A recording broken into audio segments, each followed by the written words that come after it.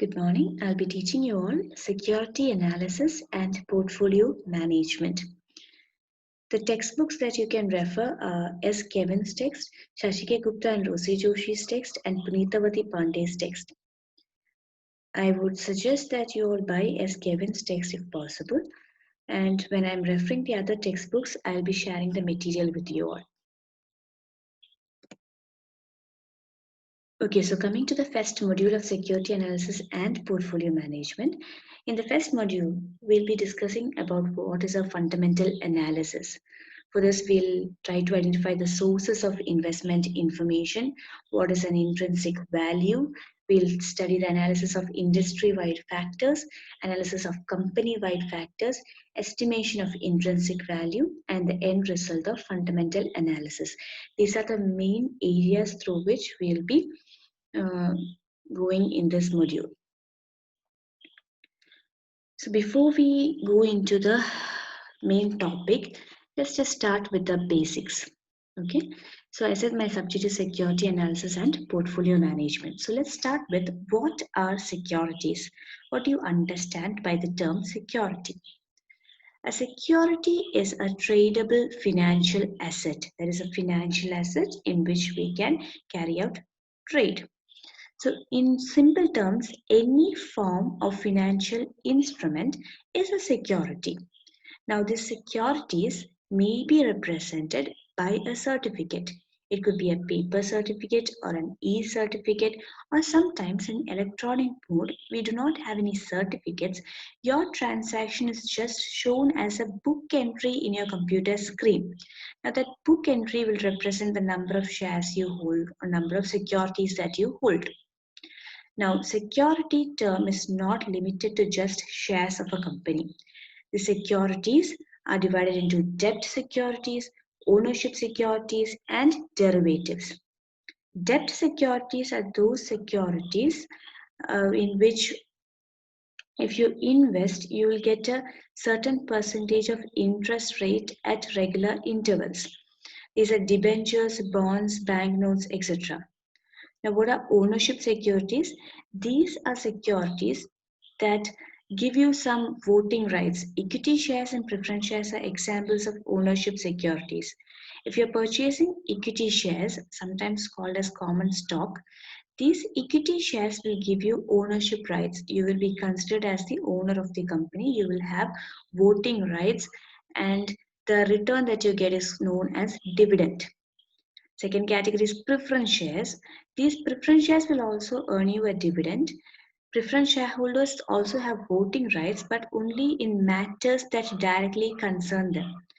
If there's a decision that needs to be made, and if that decision is directly affecting them, then they can have a voting on that matter. Now, third category is derivatives, which deals with forwards, futures, options, swaps are all examples of derivatives. We'll be looking into each of these securities in detail at a later date because we have got a separate module on the avenues of investment and also on derivatives. At that time, we'll go into a detailed explanation about this.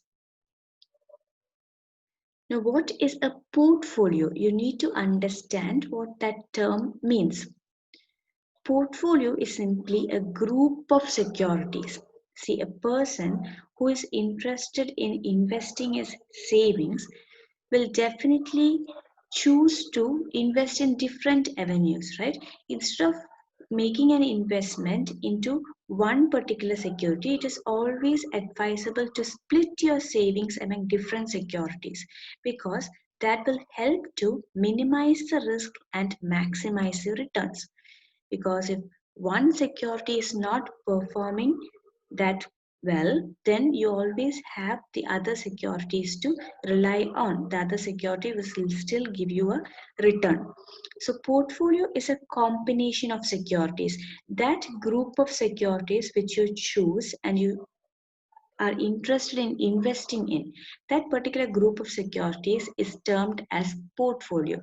Nothing but a basket of securities, that is, securities in which you choose to invest. That group of securities is known as a portfolio. Now I said that you'd go for diversification through a portfolio. How can we diversify? I'll try to explain the different ways in which you can diversify your investment.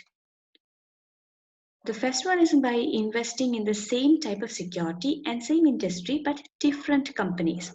See, you are a risky investor, you're willing to bear risk. So you're going to go for equity shares. You're interested in the iron and steel industry. You do not want to invest in any other industry. You just want to invest in the securities of iron and steel industry, and you opt to invest only in equity shares. Now, how can you minimize the risk up to a certain limit? You're going to invest in different companies of the same industry instead of investing all the savings into company A.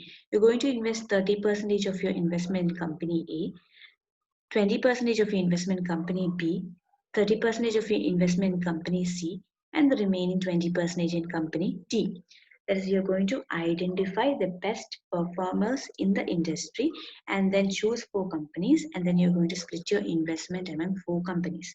That is a type of diversification where you can overcome company specific risk.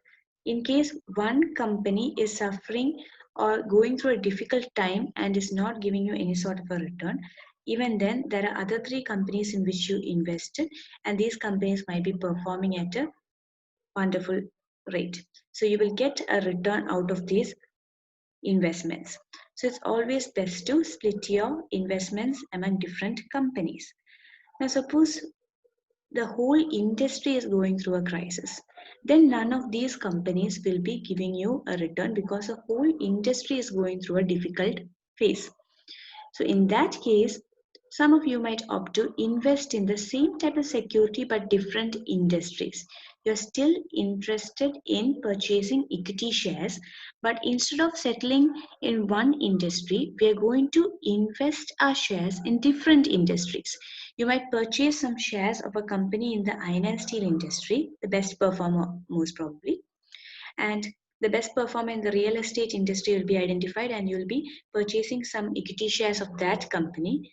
Then you'll go and invest in the banking sector, you will invest in pharmaceuticals.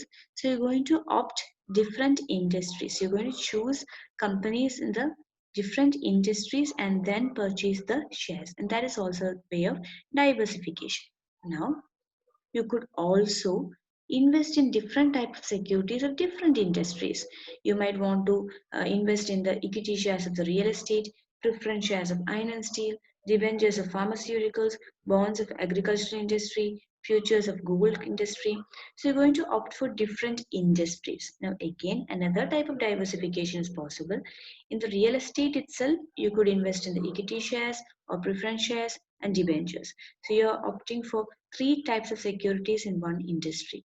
So this combination is infinite. You can combine and create portfolios in infinite ways. So that is where the importance of portfolio management comes. So what is portfolio management? It is the analysis of individual securities as well as with theory and practice of optimally combining securities into portfolio. You're going to learn a lot of theory about how you can optimally combine these individual securities into a portfolio. That is, it comprises all the processes involved in the creation and maintenance of an investment portfolio. How do you create a portfolio and how do you maintain that portfolio? That is what we discuss in portfolio management. So for that, we'll follow various theories put forward by the experts in the field, and then we'll be creating portfolios with the intention of minimizing risk and maximizing returns. So what are the different phases of portfolio management? The first one is security analysis. In this phase, what we are trying to do is we are trying to identify the type of securities in which we would like to invest. So we're going to learn the risk and return characteristics of individual securities. Okay, so we'll be going through the securities of company A, the equity shares of company A, how is it performing right now. We'll be studying its past performance. We'll be trying to find out how it will be performing in the future. We'll try to do some forecasting, and we will be arriving at a set of desirable securities. That is, we might come up with the conclusion that company B in industry A is performing really well. So I'd like to invest some of my savings in that security. Now, the preference shares of a particular company in a particular industry is performing really well. So I'd like to invest in those securities. And that is how I come to a conclusion. I'm going to analyze each of these securities individually and then arrive at a group of securities in which I would like to invest. So the first step is security analysis. Here, analyzing the risk return characteristics of individual securities. Now, how do you analyze the performance of a security? How do you do that? There are different approaches for doing that. The first one is fundamental analysis. It is also known as EIC analysis. It stands for Economy, Industry, Company Analysis. Fundamental analysis are a group of people who believe that you can forecast the future price by analyzing economic, industry, and company factors. There are a lot of factors in the economy that would influence the performance of your company. The GDP rate is an example. Now, there are industry related factors like how is the particular industry performing right now. All the companies under that industry will be affected by industry related factors. What are those factors? We'll have to identify that. Then there are company specific factors. Maybe the company is facing a labor lockdown, labor strike, or protest or something, and during that period the shares might be performing really well, or the CEO might be involved in a scam, then again the company shares will be going through a fluctuation in price. So EIC analysis is carried out under fundamental analysis. What are the factors affecting the economy, what are the factors affecting the industry, and what are the factors affecting the company. Now, after analyzing all this, we will determine a value for the particular security, which is known as the intrinsic value. Okay, this is the true value of the share. That is what we believe. So after analyzing all the factors, we'll arrive at a intrinsic value, and then we'll compare the value that we calculated with the market price. The value that we calculated is known as the intrinsic value. We'll take into consideration all the factors. We'll calculate a value which is known as intrinsic value, and we'll compare this value with the current market price. If the market price is below the intrinsic value, if it's lower than the intrinsic value, then we consider that the security is undervalued or underpriced. That is, we believe that the security's intrinsic value is rupees 55, which is its true value. That is its actual worth. But if it's available in the market right now at rupees 50, then I'll obviously want to buy those securities, because as a fundamental analyst, I believe that the shares price will come to rupees 55 at some point of time in the near future. So I'm going to buy underpriced securities. Now, when I'm comparing the intrinsic value with the market price, in the second instance, if I find that the securities price is higher than the intrinsic value, that is, I calculated the intrinsic value as 55, but right now the security is available in the market at rupees 60, then I understand that the securities are overpriced. The actual worth is only for rupees 55, but right now its value is rupees 60 in the market. So what I will do is I will sell the securities. If I've already bought and kept the securities for rupees 55, then I'm going to sell it for rupees 60, because I believe that at a future point of time, the price is going to come down to rupees 55. So this is how fundamental analysts work. They will decide whether to buy or to sell by identifying mispriced securities. They will have an intrinsic value, and when the price fluctuates from the intrinsic value, they will consider it as mispriced securities. And if it's underpriced, they will buy it. If it's overpriced, they will sell it. That is how they work.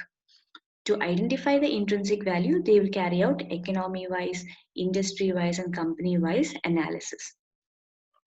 Second category of analysts are the technical analysts. What they do is that they will not go for EIC analysis, they will depend upon the past performance or past prices to arrive at a forecasted price.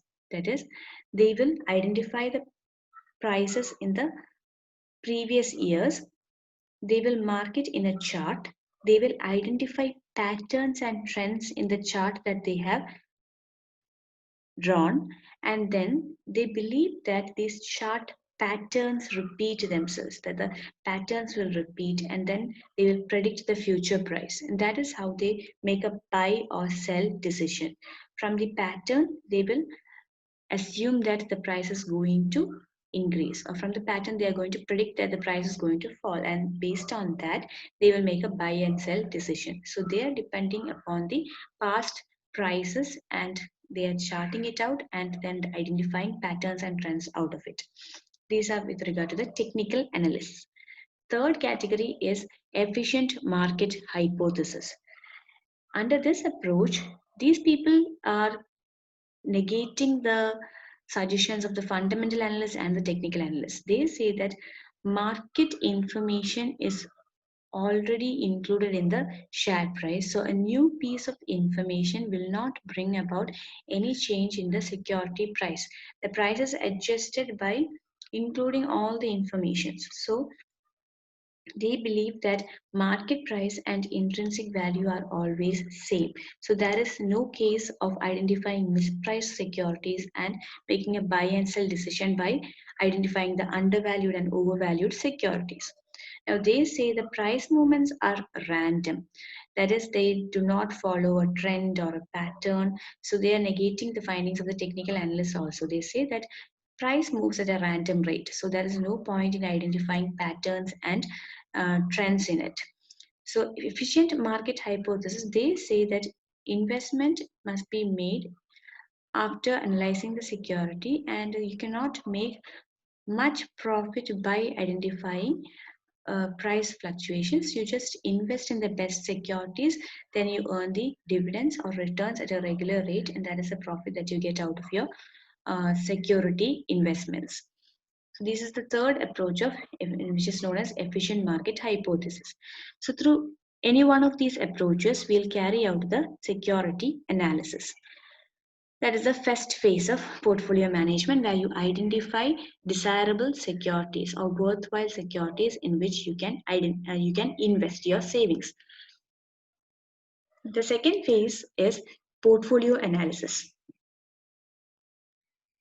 Now, you already have a group of securities in which you are investing. Next, you're going to identify how we are going to combine these securities into a portfolio. Even though we identified worthwhile securities, maybe we might not have funds to go and invest in all these securities. So we're going to select the ones which we are really interested in investing, and this will depend upon our risk bearing capacity as well as our return expectation. What is the level of risk that I'm willing to bear, and what is the return that I wish to earn at a regular interval. So based upon these, I will choose certain securities which I have identified through security analysis. Now, the risk and return of individual securities is different, and the risk and return characteristics of a portfolio is different. That is where the second point comes. Each portfolio, constructed by combining individual securities, has its own specific risk and return characteristics, which are not just the aggregate of the individual security characteristics. For example, if you have security A and security B and security C, security A will have certain percentage of risk and certain expectation of return. Security B will also have that, and security C will also have its own risk and return characteristics. Now, when we are combining security A, B, and C together to form a portfolio, and let's call that portfolio ABC. Portfolio ABC's risk is not the total risk of security A plus security B plus security C. No, it is not the aggregate of the individual security characteristics. When these individual securities are combined into a portfolio, this portfolio will have a different characteristic of risk and return. It is not just a total risk of your individual securities or the total return of your individual securities. The portfolio will behave in its own way. So we need to identify the risk and return characteristics of each portfolio, each combination of securities. The return and risk of each portfolio has to be calculated mathematically and expressed quantitatively. This is what comes under portfolio analysis. So what is portfolio analysis? It is concerned with identifying the range of possible portfolios that can be constituted from a given set of securities and calculating their return and risk for further analysis. So in the first step, we carried out security analysis where we identified some desirable securities. In the second step, we carried out portfolio analysis. We are going to identify desirable combination of securities or desirable portfolios in which we can invest. Those portfolios which will give you your expected rate of return at the level of risk which you are willing to bear. So you have a different combination of portfolios which are open to you. The third phase is portfolio selection. From this group of desirable portfolios, you're going to identify the one in which you're going to invest. So those uh, prospective portfolios are termed as efficient portfolios. The portfolios that provide highest returns at a given level of risk is known as efficient portfolios.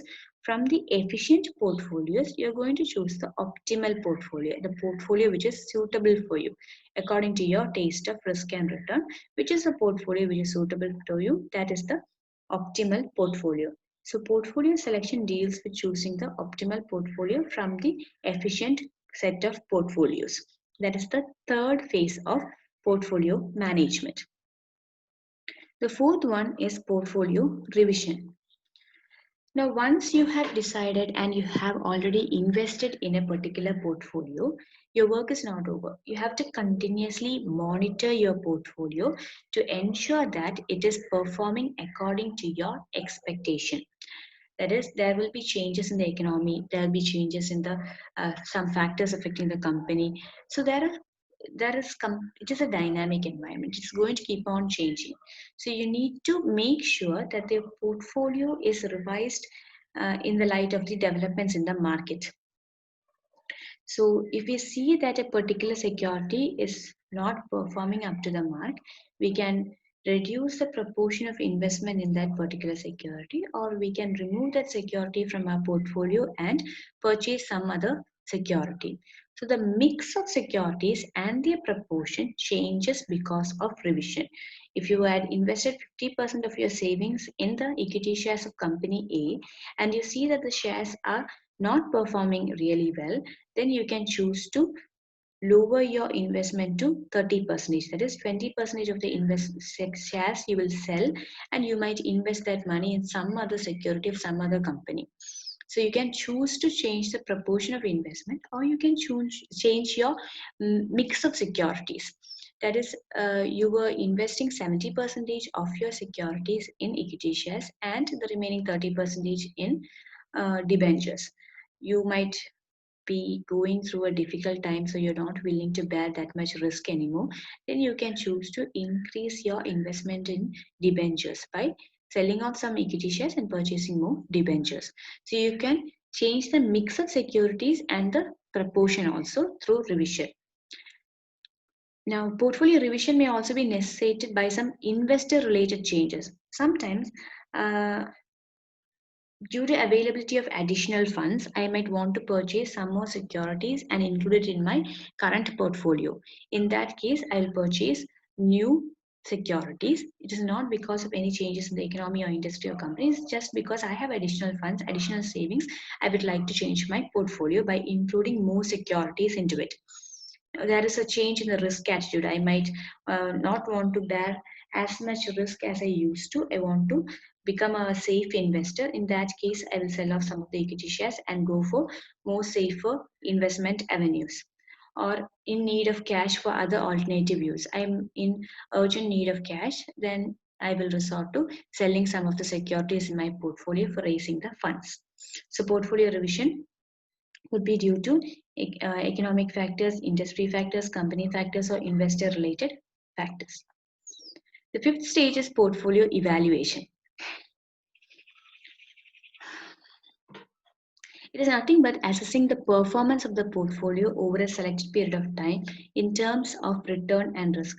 So you keep on evaluating the under portfolio revision, you are monitoring your portfolio. Under portfolio evaluation, you are trying to find out whether the actual return realized for the risk borne is up to the expectation or not. If it is not, you are going to identify what is the weakness in the investment process and improve the deficient areas. So that is what is concerned in portfolio evaluation. It involves quantitative measurement of actual return realized and the risk borne by the portfolio over the period of investment. And if it is up to the mark or if it is according to the expectations, then it's okay. If not, when it shows a slight fluctuation, then you're going to take corrective measures to bring it back to an optimal level.